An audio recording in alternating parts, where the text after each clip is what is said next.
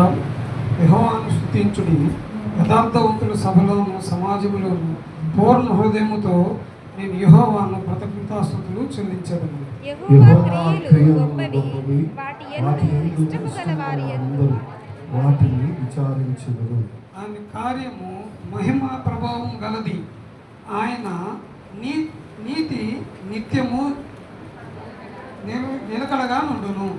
ఆయన తన ఆశ్చర్య కార్యములకు జ్ఞాపకార్థ సూచనలు నియమించి ఉన్నాడు. యెహోవా వాత్సల్యపూర్ణుడు. తన యందు భయభక్తులు గలవారికి ఆయన ఆహారం ఇచ్చి ఉన్నాడు. ఆయన నిత్యము తన నిబంధనను జ్ఞాపకము చేసుకొనును.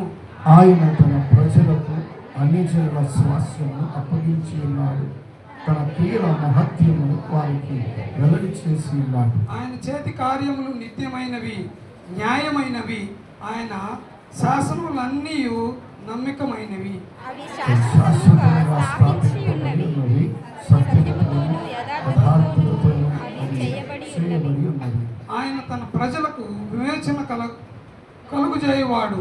తన నిబంధన ఆయన నిత్యముగా నుండి నిర్ణయించువాడు. ఆయన నామము పరిశుద్ధమైన పూజింపదగినది. యెహోవా యందలి భయము జ్ఞానము మూలముగా మూలము. శాసనము అనుసరించు వారందరూ మంచి వివేకము కలవారు.